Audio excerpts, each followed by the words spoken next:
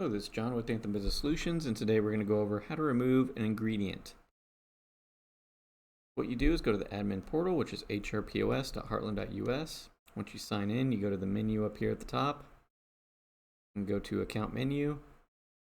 And we're going to go to, let's go to modifiers first. Technically, you can go to ingredients and just delete the ingredient. But let's say it's not, you don't want to delete the ingredient from the whole thing. You just want to delete an ingredient from the modifier. So you would go here to modifiers, and then let's go into taco ingredients. You would scroll down just past the button colors, which shows you where all your ingredients are. Let's say you want to get rid of this green bean one here. So like I said, you can go delete green beans from the whole system, but green beans is necessary because it's tied to other modifier groups. We just want to remove it from this one.